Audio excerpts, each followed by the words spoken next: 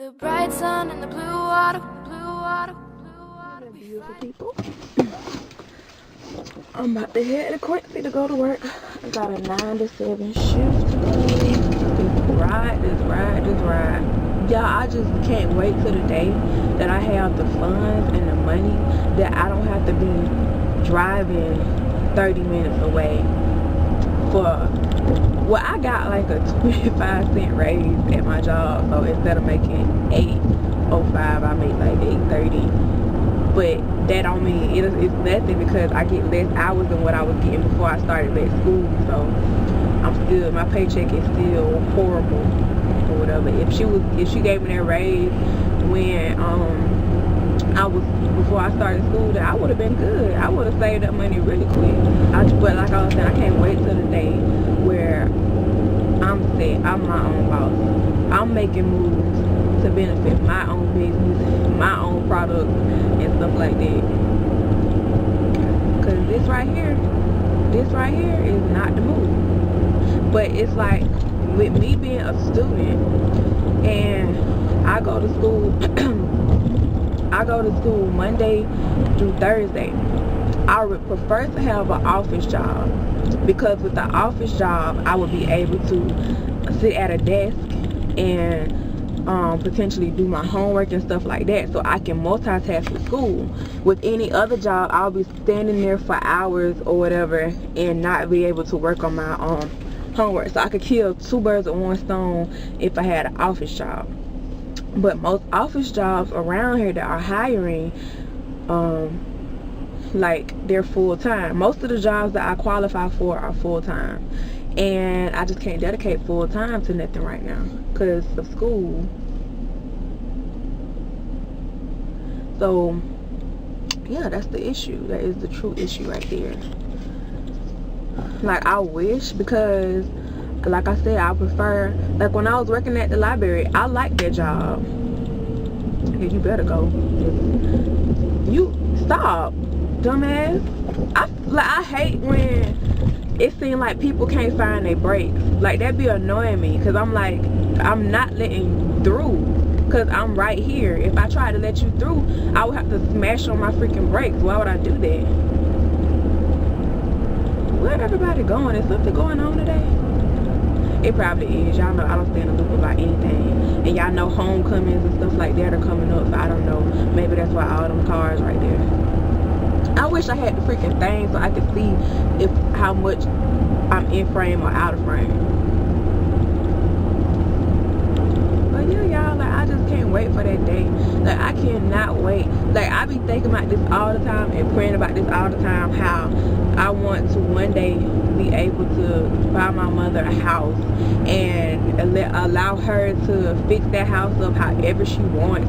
Get, like, she always wanted like a big kitchen and stuff, because if y'all didn't notice, well, I'm pretty sure y'all did notice, the kitchen at my mom's house is very small, and she always wanted a big kitchen.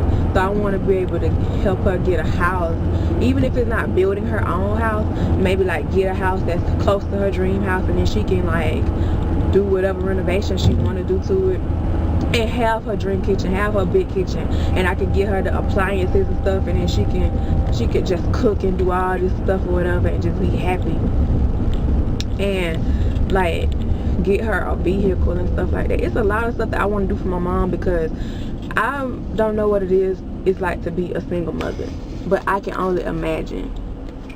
And like, I know my mom, she has like a lot of pride, and so for her to have to ask people for help, because sometimes things got really hard, y'all. Like, it would be sometimes where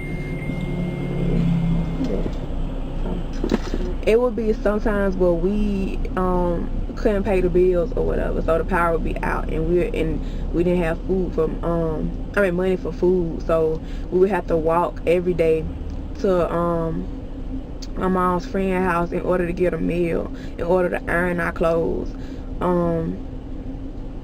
We would be getting dressed in the dark every day for school and stuff like that. And it's just like, even when me and Crystal used to talk about it, like after the fact, Crystal said it used to make her feel so dirty and stuff. Like, it's just a lot of things that we went through. And I know as a mother, it's like you don't want your kids to have to experience that. You want to be able to provide for your kids, especially when you're doing it yourself. Like, you want to be able to provide, but sometimes you don't have it like that. And I understand how hard it is. And cause when people I love go through stuff, I try to see things from their perspective, from their point of view. I try to get an understanding of, oh, like, this situation, like, if I was in this situation, then I would feel like this or whatever. So, like, I be feeling like I'm my mother sometimes. Like, I put myself in her shoes so I can get a better understanding of how it would feel or whatever. And it's not a good feeling. And though I may complain, like, I don't complain to y'all a lot about how I don't know if I have or not. Y'all, let me fix this camera. Hold on. This road is really bumpy and rocky. But I don't know if I complain to y'all a lot. But hold on. But yeah, I used to, every time I had money, I don't know how I always end up having money. Like, I miss those days, shit. But somehow I used to always have money. I think it's because, like, every time I went out somewhere, I'd be like, I'm broke. And so my friends and people around me would be giving me money. Then teachers, they really liked me. So, and they knew that we really didn't have it like that. So they would be giving me money. And so I would save my money. And every time something came up, I would just tell them that I didn't have nothing. So therefore, the money that I had before would just start piling up and stuff like that. So I always, like, in middle school, it was middle school and elementary. It was elementary, middle school, and high school. Like, well, it started in elementary and it got greater in middle school. I guess I can say that. So, I had money from that point, but I really started helping her out in middle school, because who gonna ask an elementary student to help them and stuff? But since I was in middle school, I've been helping my mom, like, with bills and, like, little stuff like that, and paying for myself. And I would get other teachers, well, other teachers would offer to help me pay for trips or give me spending money for trips, because I had good conduct. So they didn't mind helping me out, and I did good in school. Like, I accomplished a lot in school or whatever. So they would help me out. So that lessened the load for her and whatnot. But I said all that to say, I've been helping my mom out for the longest, and sometimes I be complaining about it because it's a lot of stuff that I did or tried to do for myself, and me having to help the household out and help the family out kind of put me back and behind in those goals that I had set for myself. Because my last 2 semesters of getting my associate's degree, I took out my first, like, I actually took out loans in order to get a car, but bills and stuff started coming up, like, full, like, in full. She would tell me how much the bill was, and I was just like, go ahead and pay it, go ahead and pay it. Because it's just, that stuff would be building up, and we was living good with that. But it's like, at the same time, you sat there and you gave everything you had. And I'm talking about myself. I sat there and gave everything I had, and put my little goal on the back burner. I put what I set out to do on the back burner. So I feel like that's one reason why I kind of allowed myself to move to Orlando with my ex, because it was like, that's my getaway. And at least if I'm with him or in this city, because that was in Orlando, then I could find a job and I could be making money, and I can afford to send you stuff back, because I know that I'm gonna be getting money back. Like, I can help you out. And then when I was living with him, the only thing that he asked me to pay for was like I think the light bill or whatever. Or I think the only whole bill I had to pay was like the light bill, if I'm not mistaken. So I could send her money, because I was working like almost 7 days a week, 13-hour shifts. I was making a good amount of money, right? And if I would have stayed there, then it would have got even greater. But yeah, so I could afford to do that when I moved. But it's like when I was here and I was using my financial aid money, I didn't get to do anything that normal college kids get to do with their financial aid money. You know, people, they go out and they buy cars, like I said, they buy clothes and they get their hair done and go on trips and stuff and this, that, and the third. I didn't get to do any of that. And it was just like, when I look back on it, I'm like, dang, like I never get to enjoy my own money because I'm so afraid of spending, because I kind of got this mindset, if I spend it, what if I need it? Like, what if I need it for something really important? And that be scaring the hell out of me. So I be like, oh my God, like I just can't do this, because what if a bill come up? What if something happens? This and the third. What if my mama needs money? This and the third. And I told myself that your 21st year of life, you have to be more selfish. You have to do stuff that you want to do. That's what you have to just suck it up and know that God will make a way for them. You can't keep on like just doing this stuff and putting yourself in a position that you don't want to be in. And I had to tell myself that, and I had to take heed to it. And so I got my car last semester. Well, not last semester, but the semester before last, because I didn't go to school last semester. I took a break. Got my car spring semester. I wanted to get a job, got a job in the summer, which I still have now. I wanted to get my own place, and I did it. So right now, car, job, place, I got those things. I do want to try to get a job in a different place though, like in Tallahassee, instead of driving back and forth to Quincy all the time. But yeah, so I set forth and I got the things that I wanted to get. And I had to stop worrying about them, because at the end of the day, if I'm successful, I can do way more for y'all than what I could do before, because I will have the means to do that. So I have to look at it like that. I have to look at it like that. Like, I'm being selfish for the time being, but it's all for the greater good. It's all for a bigger purpose. Because when I'm doing this now, it's like, when I make it, y'all, when I make it, I can do so much more. I can do stuff that you don't even ask me for, that you don't even ask me to do. I can do so much more. So I was like, okay, you're doing all this now, but you just need to take time and allow yourself to do those things that you know that you need to do in order for your success. You can't keep on doing all this stuff. Like, you can't do this because you have your own household now. I can't help the bills in that household. I have my own bills.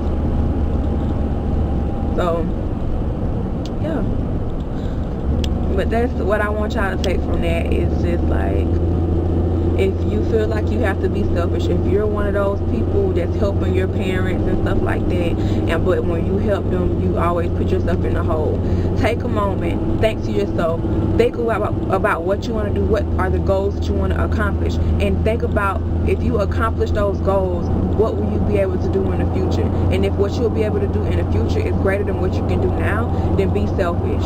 Be selfish and build yourself up and make yourself successful, so that when that time comes around, all the things that you'll be able to do for them, you can do 10 times as much as what you could have did before. Be selfish now so that you can be gracious in the future.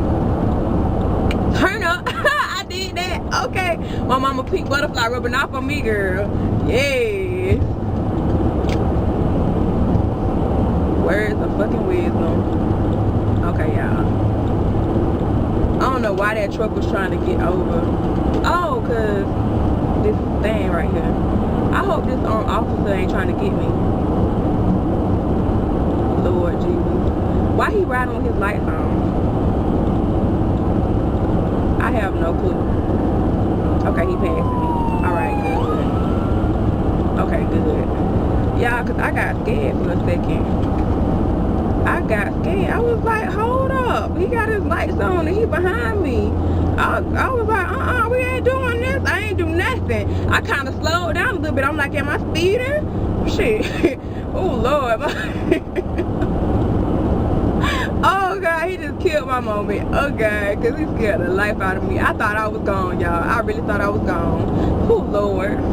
But I was recording, so we would have been good.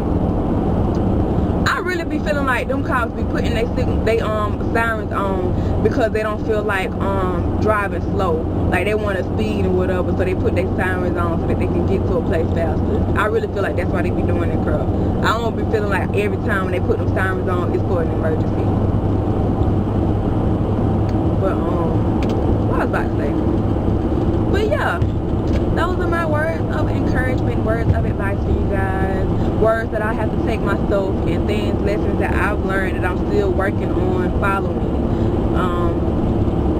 Yeah, this is a learning situation, learning scenario for all of us, you guys, like all of us. This is a journey for all of us. You guys can learn from my mistakes, you can learn from my situation, everything. I want us to grow together and learn together and be a family.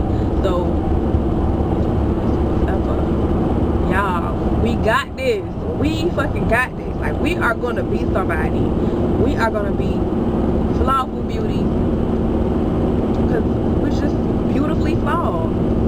We're gonna be somebody. We are going to be some. Say it with me. We are going to be somebody. Say, I am going to be somebody. Although I've struggled and I've gone through trials and tribulations, it'll all be worth it in the end, because I am going to be somebody. And it'll all be worth it. It will all be worth it. And y'all, every morning y'all wake up, tell yourself that. I find myself now, when I feel myself getting down and depressed and feeling lonely, I tell myself, it will be okay. There's a reason that you are going through these feelings. There's a reason that this is happening right now. Amen. It is a reason that you have this hurt in your heart. A reason why you feel like crying. And he's not doing it to hurt you.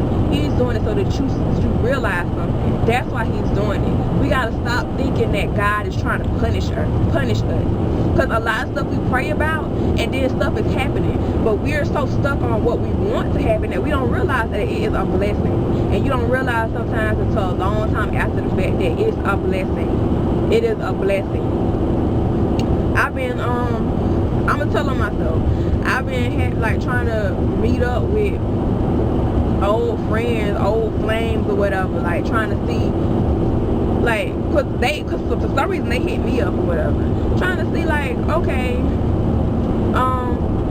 like actually responding to them now that I'm single or whatever, and it ain't been working. Like, every time, like, oh, do you want me to stop by to see you, blah blah blah, like they invite themselves over but don't come over, and I'm like, okay, so let me sit back and think, did I ask God for this? Yes, you did, Shannon. You asked God for this. You told God to protect you from the enemy. You told God, well, you asked God, told and asked, because sometimes you got to tell him. You told God that you wanted to be protected from the enemy, that you no longer wanted to be in the same situations, the same relationships that you have been in before. You told him that, and you sat there and expressed to him that the people that you have been dealing with are not right for you. So yes, you asked for that. You asked for that. So with them not showing up, that is a blessing. That is a fucking blessing. That is a blessing. So you have to sit back and realize, did you ask God for that? You asked. If you didn't ask him for that like a week ago, you probably asked for that a couple of months ago, or a year ago, or a couple years ago, but you asked for it and he's doing it for you. He is doing it for you. It's not always going to be when you ask for it, but eventually he's gonna make it happen. And you just gotta realize that the reason why some stuff happens the way it happens is because it's meant to happen like that. Everything is meant to happen the way it happens. Everything, you cannot avoid fate. If something is meant to be, it will be. It will be. You have to claim things. And I'm preaching to the choir. Y'all, I have to tell myself this stuff too, you know, like myself a lot, and I try to uplift myself a lot, and everything that y'all be telling me, like the people who do sit there and try to give me advice, the stuff y'all say is nothing that I haven't told myself. It's just when y'all say it, it's validation. It's validation that, okay, Shannon, you told yourself this, and now you're hearing it from somebody else. So maybe there's something that you need to follow. And every day is a lesson, and every day is me figuring out and finding out that I need to listen to myself, and I need to take my own freaking advice and just trust myself more, trust myself, because like I said, I grew up having to motivate myself. I grew up when I cried, I didn't want nobody seeing me cry, so I always consoled myself. I always told myself it was gonna be okay, and I always like calmed myself down. Nobody could calm me down because I wouldn't really let them see me in that state.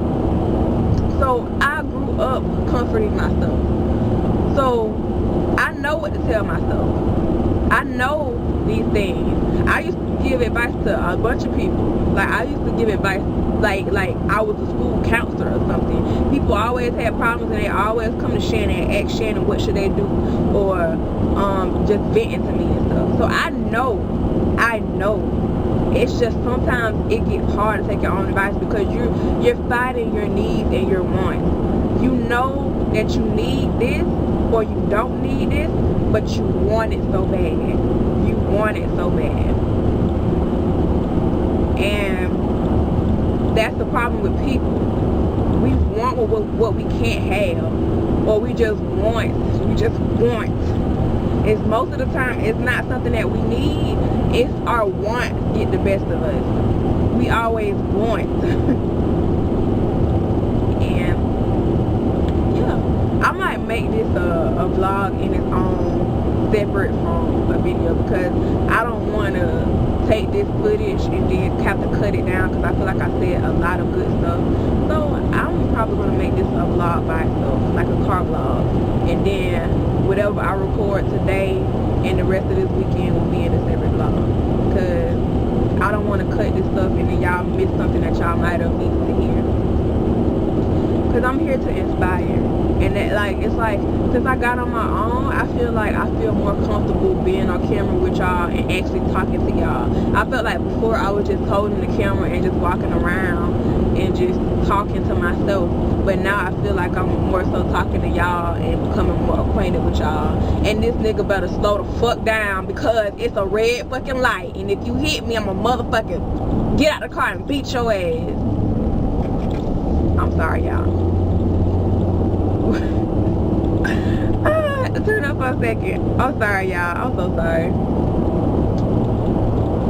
But yeah, I get ratchet. But like I said, since I moved out, I feel like I'm becoming more of myself, like more of my day-to-day self, as far as like communicating with y'all. I feel like y'all are starting to get a better sense of who I am as a friend and stuff, because I've become more comfortable. So yeah, I'm gonna talk to y'all later. I don't know why this person seems like they in such a big rush.